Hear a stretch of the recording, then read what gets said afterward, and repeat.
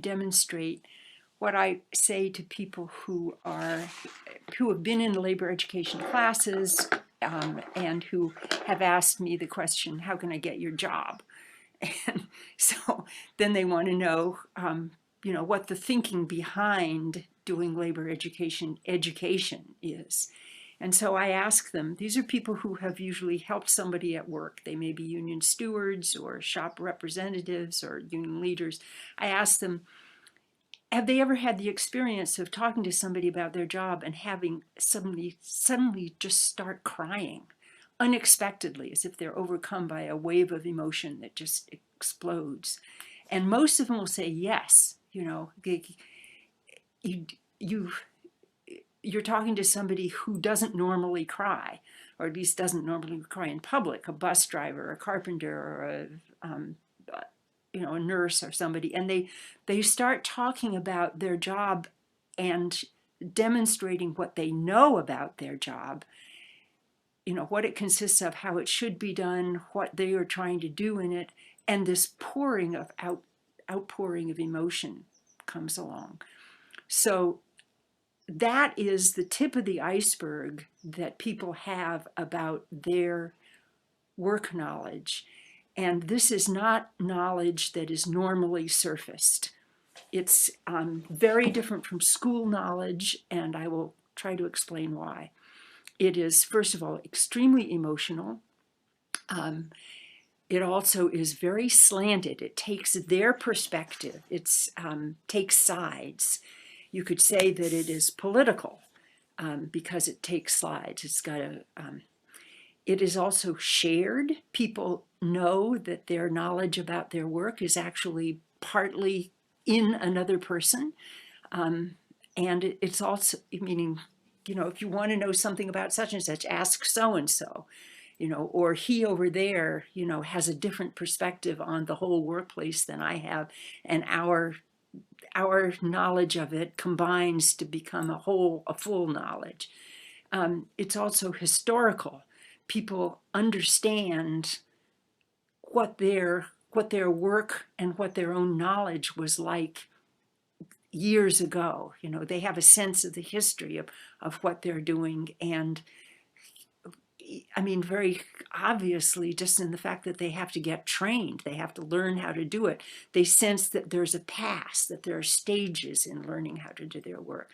So there are these four dimensions: the emotional aspect of it, the political aspect of it, the shared and collective aspect, and then the historical aspect of it. And I'm sure you can sense how different this is from school learning, which tends to be individual, and you can test it with an exam, and people will get a certificate in it, and they put the certificate on the shelf, and they go off and learn something else, and they never apply what they learned in school knowledge. In this work knowledge, it's applied all the time, and it's created all the time. So people will say, why don't we think about this? Why don't we know about this? And that has to do partly with the origins of it. Let's just take a look at it. This knowledge is extremely good because it's so active and so political. It is very good for engaging in and managing social change. It's very adaptive knowledge, and it's good for managing rapidly changing situations, which is what we're in right now, as I think everyone will agree. So let's look at where it came from. It was developed in the early days of the Soviet Union, which is another, you could say, similar moment of extreme social change, where the country was trying to put together thousands of miles of a newly assembled nation with many languages in it, many actual nationalities in it, and a lot of war still going on all over the place, and they were trying to assemble the country into a socialist nation, which meant changing the purpose of society. I mean, the purpose of society was supposed to be transformed into something that was going to be more equal, which I would say there are parts of our society that is trying to do the same thing. One of the leading lights of this attempt to design figure out a way to do education was a guy named Vygotsky, who with his colleagues, he was very young. It was, there was the young people who were taking over the universities and the streets and creating the new bureaucracies. He was this young guy, and he and his colleagues tried to study how people actually do learn. And they studied children, how children learn their first words. They studied, they went out into the boonies and looked at peasants and asked them questions about how they built categories out of the different, how they named the categories that of the tools that they used. They brought all this back together, and when they developed their theory, they foregrounded speech as the thing that connects people and allows us to regulate and manage and organize our thoughts. So there's speech, which is this shared social phenomenon that was and is developed for the purpose of coordinating actions and sharing meaning above us, also actually helps us organize, build our minds. And you can see this when you're in the classroom and somebody has one of those light bulb moments. It's often because they have just been given a concept that puts a name on an experience that they know from their own life.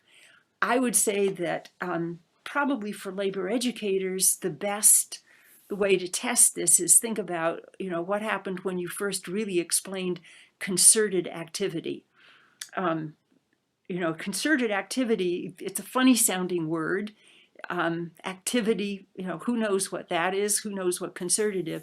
But those two words together have been part of labor legislation for over 100 years. And they are basically, concerted activity means two or more people helping each other.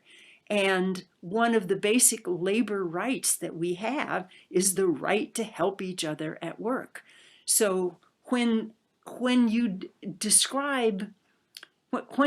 talk to people about solving an urgent problem at work, and they have a lot of sort of scattered experience of it, and they're saying things like, that's not fair, that's not right, or that's not how it's supposed to be, and all I was trying to do was teach her how to do it right so she wouldn't get her fingers cut off.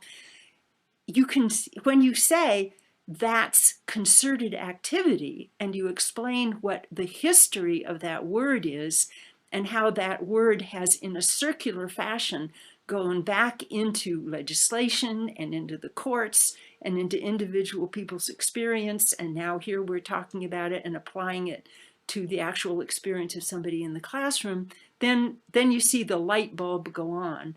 And what you have done is surfaced an experience and given it a concept, and then the person whom you're talking to can take that concept and put it back into their own mind, and they can organize their actions and thinkings around that.